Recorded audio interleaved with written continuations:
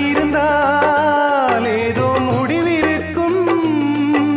வாழ்வும் வாராமல் சாவும் நேராமல் ரெண்டும் இல்லாமல் மண்ணில் வாழ்கின்றாய். பெண்மை கண்டாலே தாய்மை காண்கின்றாய்.